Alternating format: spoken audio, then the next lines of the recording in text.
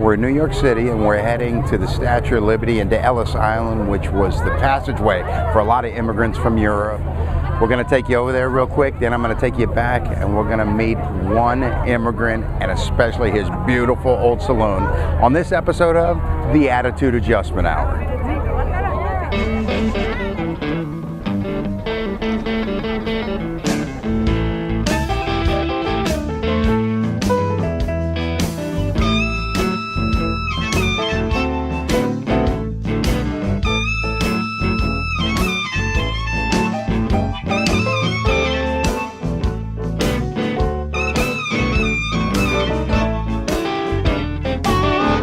Okay, here we are. We're on Ellis Island. This is the Great Hall. And every immigrant that came to America for a new life had to come through here to be processed to go to America.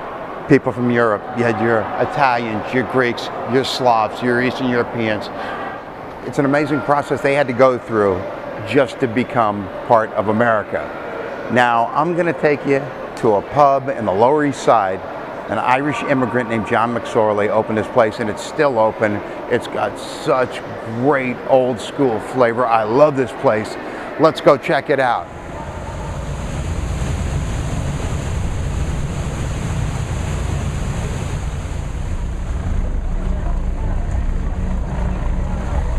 So here we are, we're on East 7th, East Village, New York City, Lower East Side. And this is the place I was talking about, McSorley's Old Ale House. Let's head inside. That big sign outside says that the place opened its doors in 1854, but public records are proving that John McSorley actually opened his pub in 1862. I say, who really gives a squat? This place has been around forever, and to me, it maintains its old school identity no matter what year they open, and it is the oldest Irish pub in town, so they got that going for them. The walls here are covered with history. Nothing's been taken off the walls since 1910. There's a lot of unique memorabilia that go around. They got a lot of pictures of old firemen and cops and politicians and newspaper clippings about the place. Down on the brass bar rail, they've got Houdini's handcuffs. And then take a look up at the hanging lamp there, all covered with dust. There's wishbones hanging above it. Story has it they were hung there by guys going off to World War I. And when they came back, they'd remove them. So, unfortunately, those 8 wishbones up there are left from guys that never made it back from World War I. Sawdust covers the old wood floors, and the place reeks of beer. It smells like a brewery in there, because they got a couple of great beers that have been spilt in there for hundreds of years. McSorley's has the light, the dark, and their light, McSorley's Ale.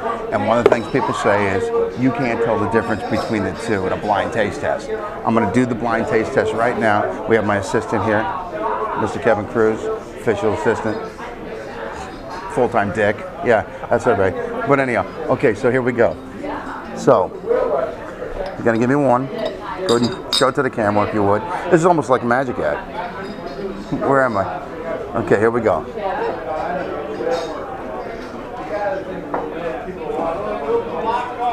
Got it. Okay. Number 1. Here we go. Give me that second one.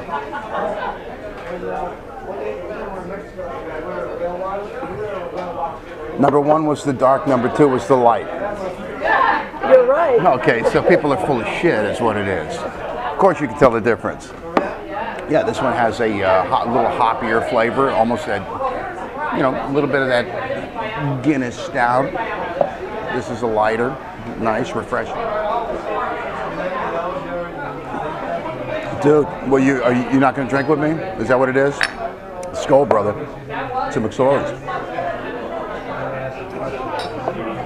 That's good. That's good stuff. Okay, here's one of my favorite things about McSorley's, the men's room. Hey, I'm not a perv, I'm just telling you, but these urinals are massive. I could crawl in the pisser and take a nap if I needed to. Magnificent. Now the ladies' room, a little less so. It's a converted closet.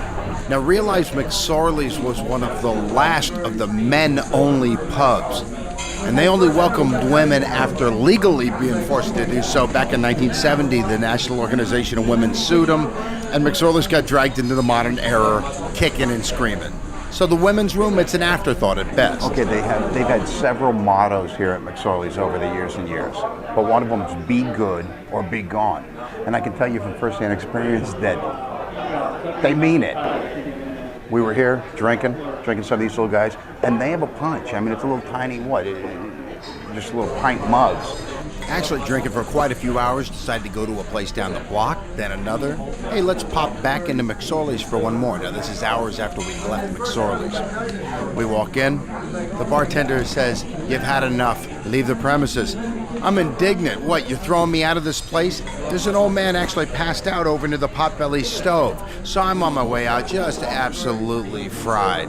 And on my way out the door, I stumble on the doorstep. Yeah, they were right. Be good, be gone. I was gone.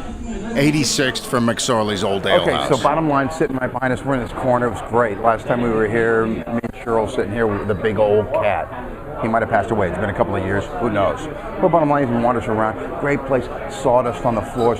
You can smell the beer that's been spilt on these wood floors. I mean, it stinks a little bit like a brewery. I mean, this is really an old, great dive. So they do have a kitchen. They actually sell a liverwurst sandwich. I saw onion rings and burgers. It's not a big menu, but they have the perfect bar food, as far as I'm concerned. The onion and cheese plate. Here you go. You got cheddar cheese, some onion, beautiful thing. Throw a bag of saltines on there.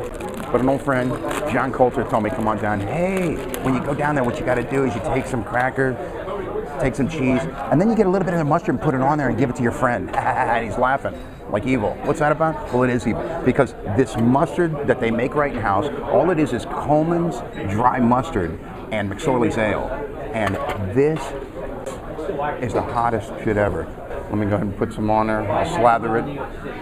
Woo. Hey, cracker cam. I gotta get some onion on there too, there, right?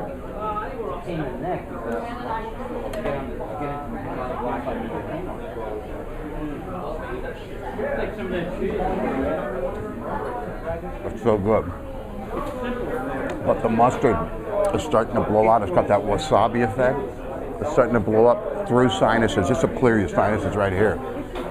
They ought to sell it at a pharmacy for medicinal purposes if you got problems. So real nice. Hey, and they don't mind telling you. That's it. Coleman's mustard, a little bit of their ale, and you got a beautiful mustard. And it does go good with this cheddar, onions, and crackers. Love it.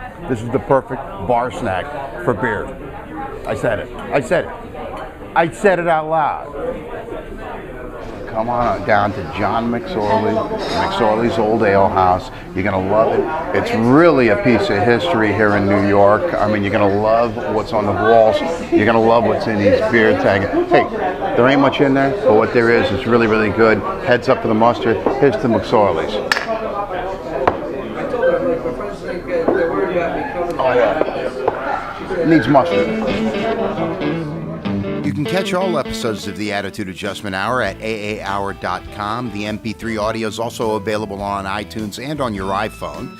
Follow me on Twitter. I'm Den Cruz. That's DENCRUZ, all one word. And I love to hear your feedback and your suggestions. Email me at AAHour@yahoo.com. So hopefully I've lubricated the thought process for you. I'm Dennis Cruz, and thanks for joining me on the Attitude Adjustment Hour.